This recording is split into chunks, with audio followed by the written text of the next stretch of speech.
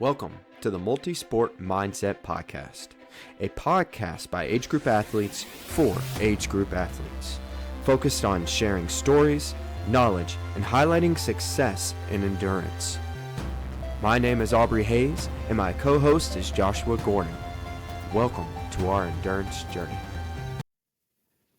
Welcome back to the show. We're your host, Aubrey Hayes, USAT Level 1 coach, age group athlete, and co-founder of the Precise Multisport Triathlon team. And I am Joshua Gordon, also a long-distance triathlete and co-founder of Precise Multisport. Today, we're going to dive in how to create your own training plan, covering insights that'll help you train smarter, race better, and stay inspired along the way. Whether you're gearing up for your next Ironman or just trying to find your rhythm in training, we've got a great episode ahead. Hey Josh, how's it going today, man? Yeah, man, it's going great. Another successful training week in the book for me. I got just like 2 more weeks until the 70.3 Galveston. I think we talked about that last time or 2 times ago. And Yeah. I'm always thinking about how to optimize my plan and how to optimize the plan for the people that I coach. Nice, yeah, and same for me. And if we look at hours, I know you train way more than me. I've gotten two 12-hour weeks in, which is a little more consistent than I have been gearing towards triathlon. No specific race on the schedule yet, just trying to maintain fitness with my busy schedule. And so we'll kind of jump into some of those factors today as we talk about different plans, what you're planning for and training for. So, yeah, good stuff, man. So the first thing we kind of talk about as we look at building a training plan for triathlon, what is one of the first things that you would look at, Josh, as you're like either building for yourself or building for your athletes? For sure. I think this goes into what we're both training for right now. And the thing is basically is what your goal is. Like you should always begin whatever you do, whether it's in triathlon, running, or like life, by Hmm. determining like what the end result is that you're trying to achieve. So being very specific about what that goal is, and then like how are you going to get there?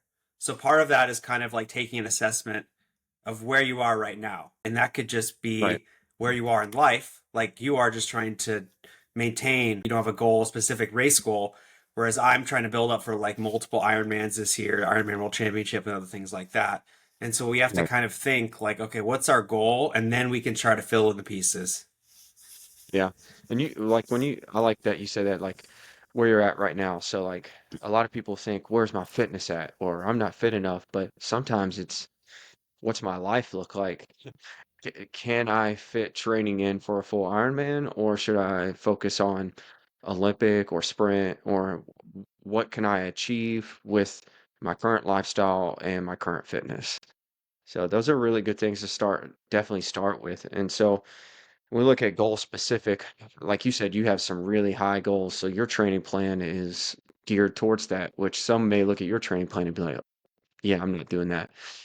And then Yeah. where others may say like, hey, I want to do a sprint.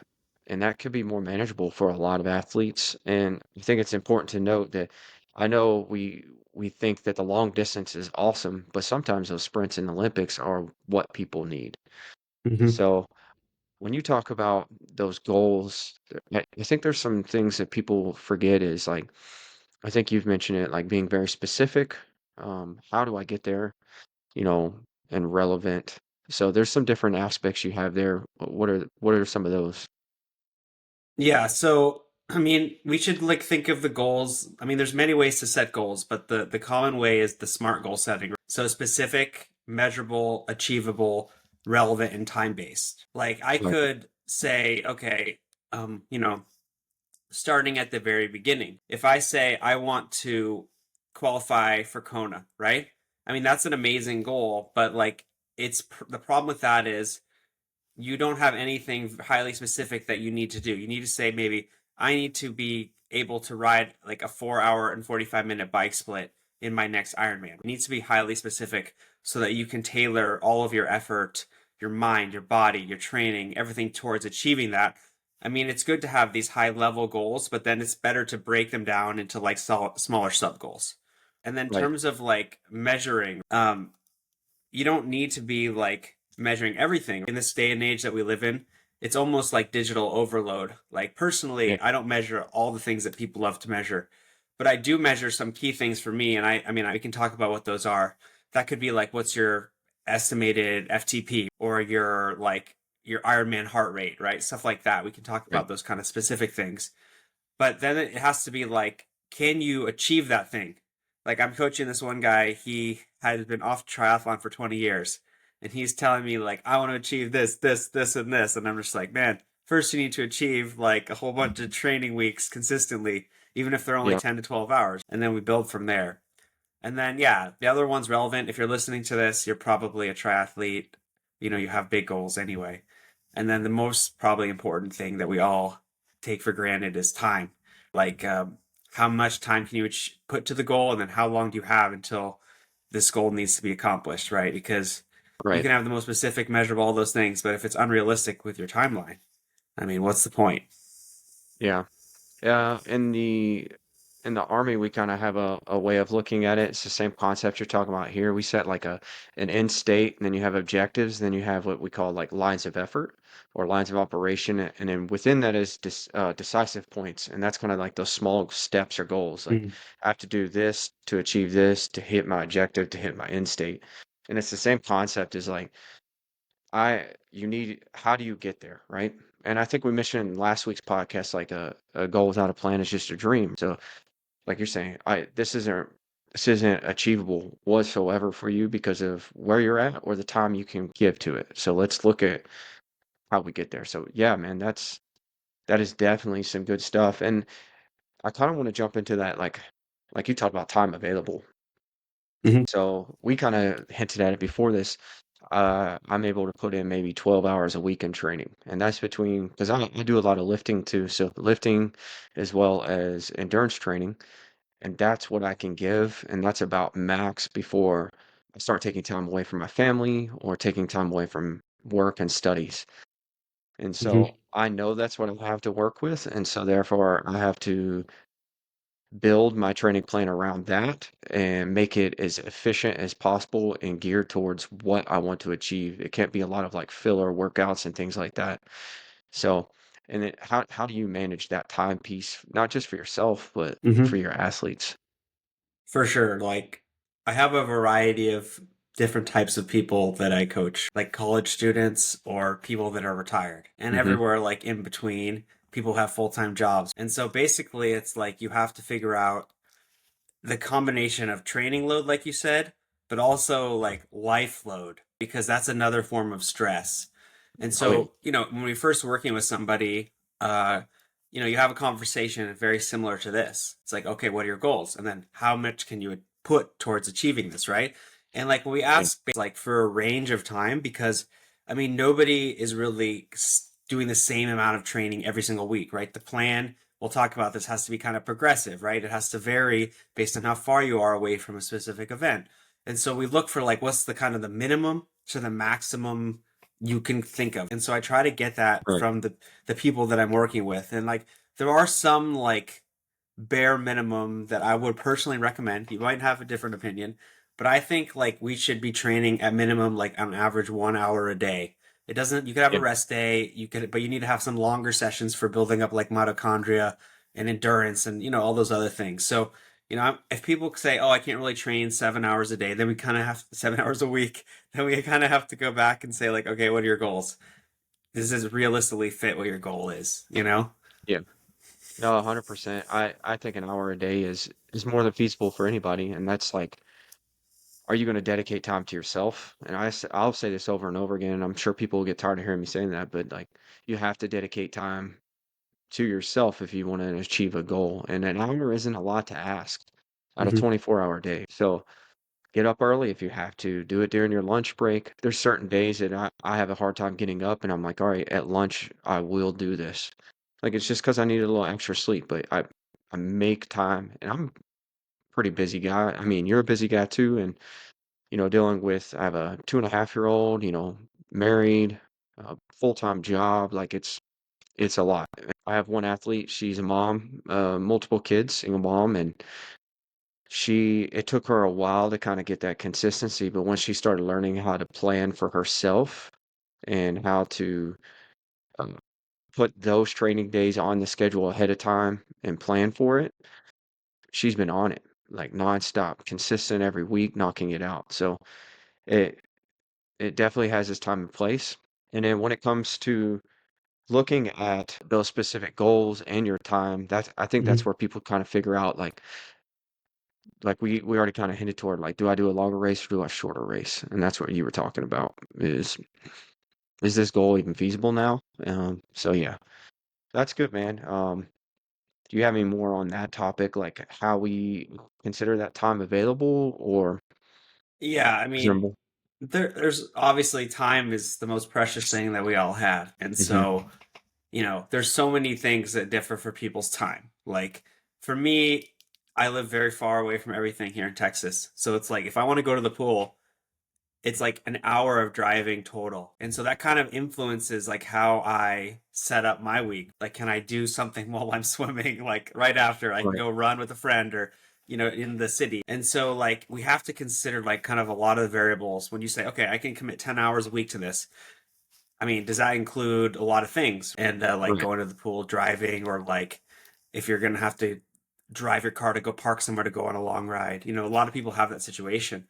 And so we have to kind of think this buffer. It's one thing. People say, okay, I want to train 12 hours a week.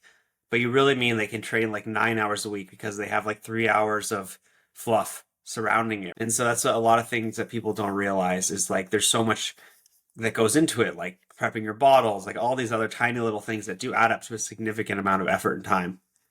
Yeah.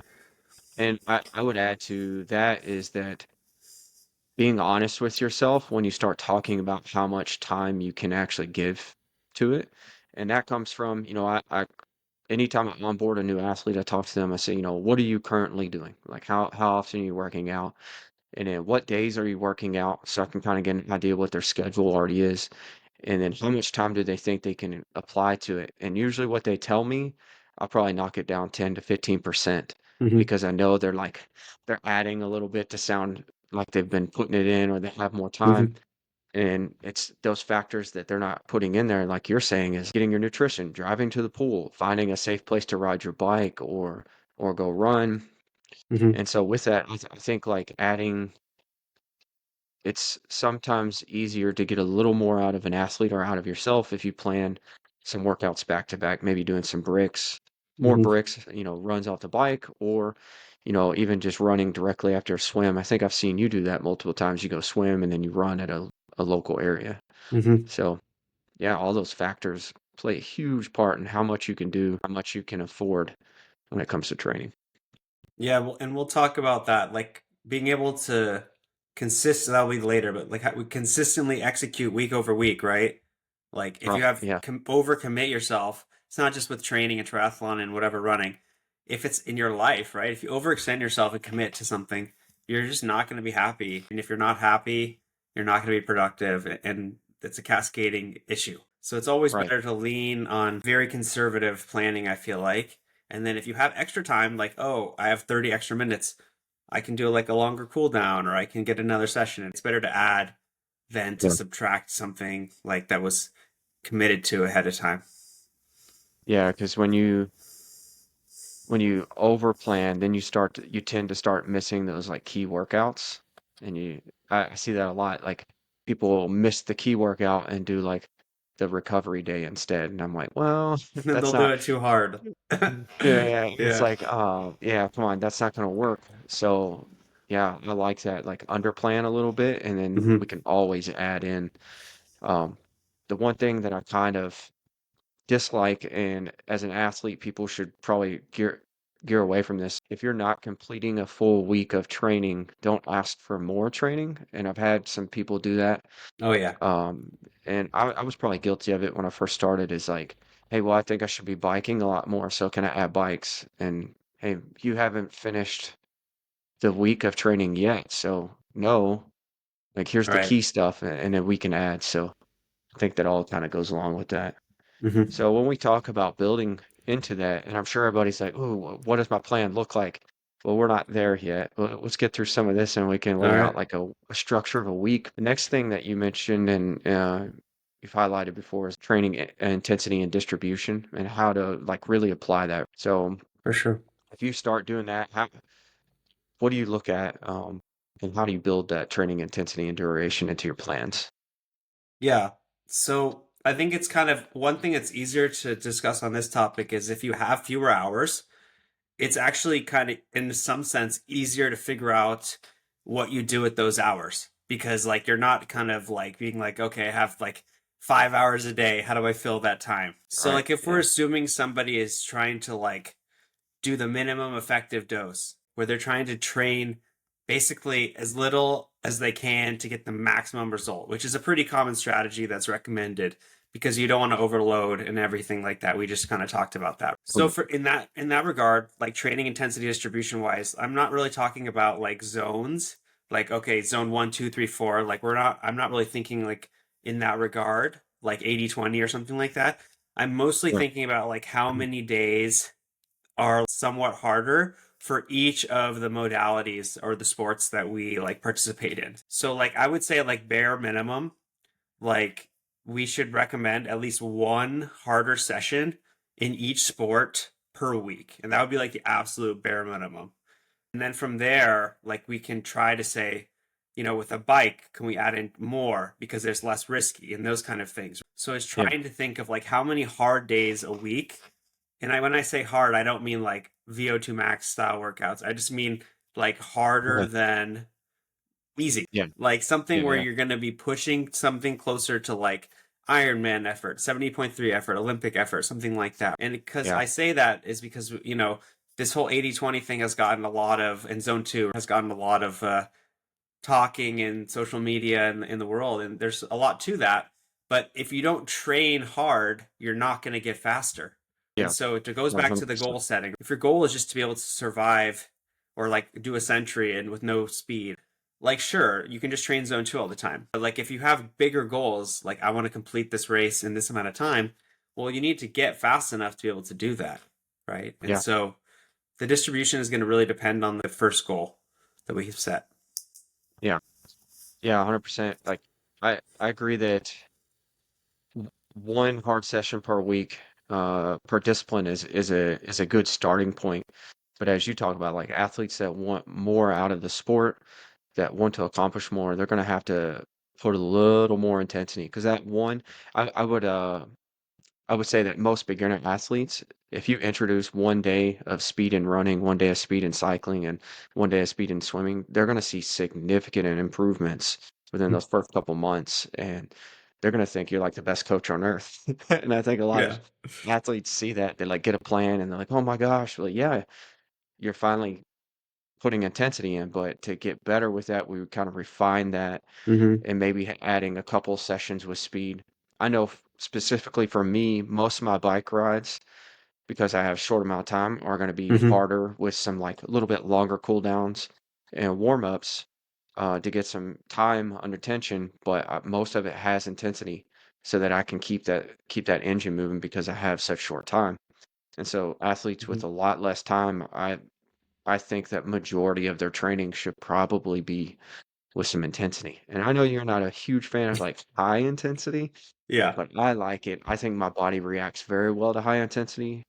And then some athletes, man, they do like you talked about being at more of like tempo, like an Ironman pace or 70.3 pace Mm-hmm. is a little better instead of hitting sweet spot and VO2 max sessions. So yeah, man, Yeah. I distributing that across the platform is really, really good.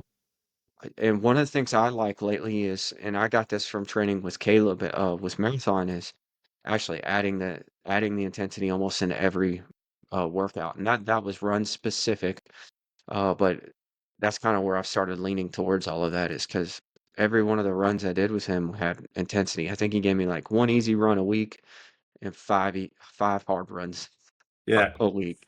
But that's building into it. So hey kids, don't do this at home unless you've like built into that. Start off with what we talked about initially was the one day a week Yeah. in each one. And that kind of brings that to me like if you do a say you're doing multiple sessions per day, if people have that, do you have them do intensity all in one day?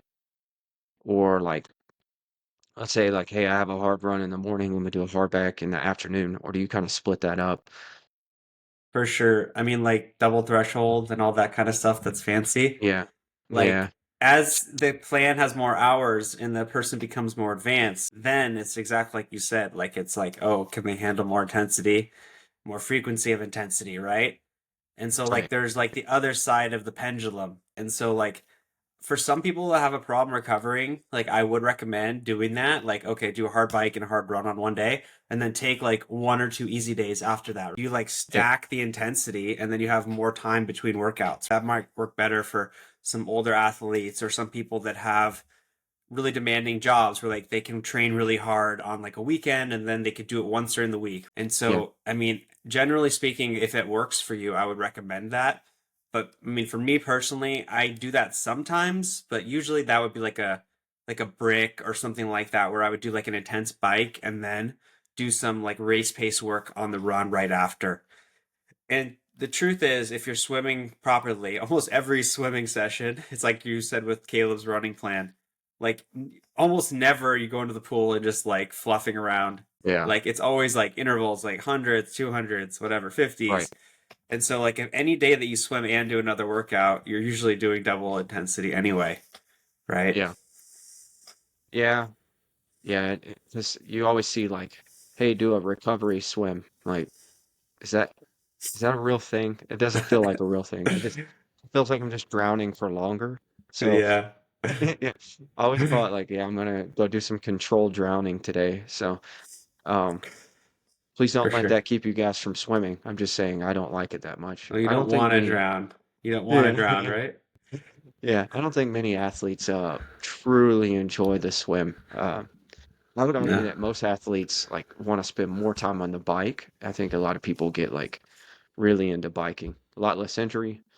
Feel like you're gaining a lot more fitness. And then when it comes to triathlon, we're spending so much more time in the race on the bike as you get further down the distance. Hmm. So, but yeah, man. So when we talk about that training intensity and distribution, we kind of mentioned like the fatigue over like stress with work and things of that nature. But what about fatigue in general? Like maintaining fatigue without getting injured. I think a lot of people think, "Oh, well, I'm fatigued. That's okay," and then they run through it, or and then they get injured. Just pushing it too much, you know? How do you feel about that as a coach? Yeah. I mean, there's some key things that we can implement in our own plan that could like kind of mitigate certain types of fatigue. Like the first is that you should have some easy days each week. Maybe like microcycle, like a week. So maybe that's like a Monday and a Friday are somewhat easier in some way. And then you Yeah, should like have at least like one easy week a month. Some people might need more, some people might need less. And then going to what you said about like, oh, if you have injuries, like I mean, that's the beauty of triathlon specifically, and running might be slightly different, which is why I kind of shied away from running like 6 years ago. Was like, if you're starting to feel an injury coming on the run, don't run.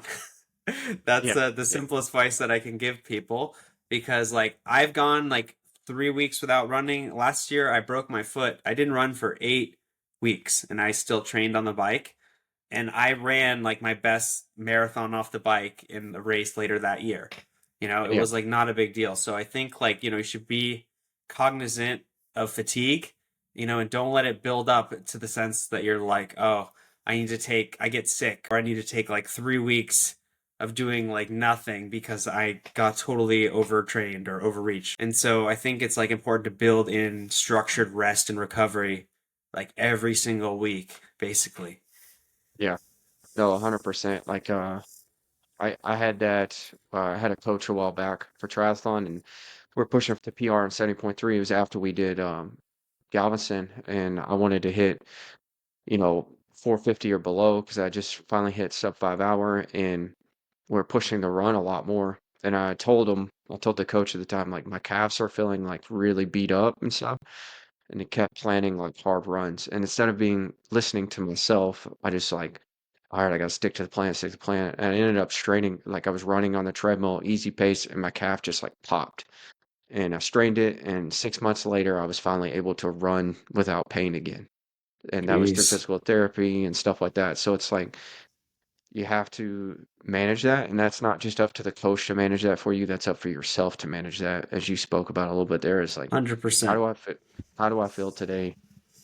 Should I be sprinting? Probably not. I don't feel like I can handle that today.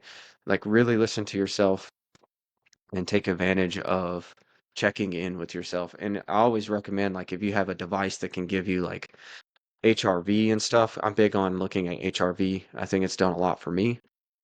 If you can see your HRV for the day and what that looks like, that's going to tell you a lot about your breathing, your central nervous system, things of that nature, and how to manage the fatigue that way. So there's a lot of different ways to do it.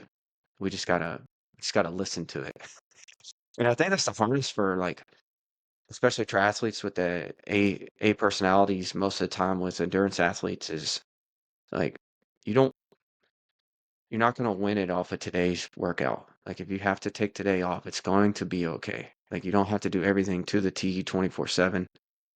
And I Oh, know that's the hard green because I see, checkbox people? Yeah. yeah, yeah, it's so Like they're hard, just man. like in Training Peaks, if it's not all green, they failed. Oh yeah. Oh You should see gosh. mine. It's like yellow and red. I Yeah. just if I don't I got want to do something, I don't do it. yeah. Yeah.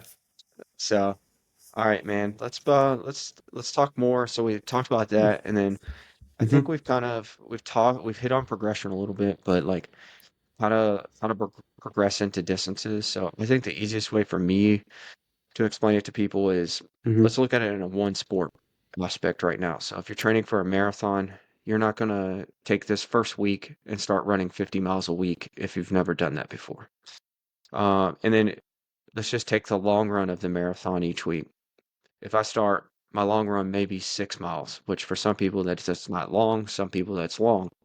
Hmm. And then we're looking at what is it, 10 to 15% increase per week. So, six, and then the next week we're doing 7 to 8, and then slowly progressing into that. And so going out and just like, hey, I have never ran over 7 miles, but today I'm going to run a half marathon may not be the best option because you're going to look at injury and things like that. So how do we tie that into triathlon specific when we talk about building that progression?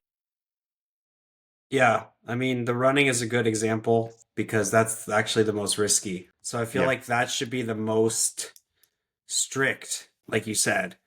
But like in terms of like just generally progressing things, in terms of hierarchy, like swimming is probably the least risky because it's zero load and people, right. you can mess up your shoulder and other things like that. But like a lot of swimmers swim like 20 hours a week, like the pure Yeah, swimmers if they're crazy. But yeah, like everything should kind of follow what you said, I would think. But I mean it really if a little to add a little bit more nuance, if I get a new person who is just coming off the couch, I'd be confident to give them a few swims a week, right, a few bikes and a few runs. But what I'll do is like I will try to progress them in the swim and the bike first to build up like their aerobic base in some way, because if we start yeah, trying to progress the run too quickly to try to build fitness, like general fitness, that's highly risky because it's like, okay, you can only run so many times a week before your legs start hurting, your tendons and so forth. Right? So right. like I would focus a lot on adding volume like in the swim and the bike and kind of build the run up much more conservatively. And that Yeah, goes for both the total time or miles, but also the quality sessions, like the intensity. Like let's go back to that 111 that I had said per week for swim bike run. I yeah, would then say, okay, we're going to add in a second hard swim. Then we'll add in a second hard bike. Then maybe we'll add in like a third hard bike before we start adding in like a second hard run. You know what I mean? Like we'll basically yeah, take the run as slow as possible until the person has like a multi-year history of not being injured. And yeah, so like right. a Yeah, lot of people come from running, and that's kind of like where I came from. I was like running a lot and I was like I got to still run 50, 70 miles a week and do all these workouts. And honestly, after like years of doing this, I'm thinking like, yeah, that's just not a good way to do it. Like I don't think it's the right way to just doing all these hard run workouts and then trying to squeeze in swims and bikes. um I mean that might work for some people, but like it's not a good plan. So yeah, it's definitely high risk. And you can argue like the best triathletes are the best runners off the bike, but how do you become a really good runner off the bike? get really good at biking because if you come off the bike fatigued, like you're not running hard anyway. So yeah, I would agree that maybe putting more effort into that bike, as we talked earlier in the podcast, would probably be more beneficial, and then getting some swimming in, which I dread even thinking about putting like 3, 4 swims a week, but uh Yeah. just just to let people know out there, I only swim twice a week right now, and I could probably do an Olympic or a 70.3. So you can do it. Just you got to build into it. So, but Yeah. that kind of all of that leads into, I think the most important part of a triathlon plan is the consistency piece. And people will probably get tired of hearing us talk about consistency on this podcast, but we're going to be consistent about consistency, right? So, like, I usually say 80% of the workouts, I think the rule is like 85 to 90%, right? Something like that. Hmm. It's kind of what you look at. So, if you could complete 80% of the plan, you're going to make it. You're going to do well. That's being very consistent because there's things in life that take place, job, kids, whatever it is, stress, it could be anything, sickness, so there's a lot there. What are Hmm. some of the key things that you would tell people about consistency, like some of your key points?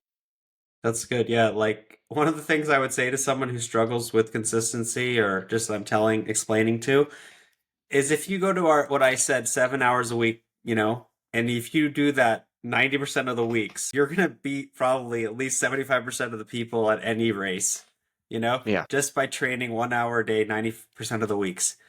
And like that's a huge thing. Like it's not like the workouts are adding fitness, you're adding speed, you're adding, ability to endure, you're changing your body's structure. But like consistency is like the number one thing that's going to differentiate you from you last year. Like if you can be consistent this in this training block, this training cycle, this goal, that is going to carry you more than any specific workout or any specific periodization or progression. And so I do personally believe that consistency like is basically the magic bullet for endurance training.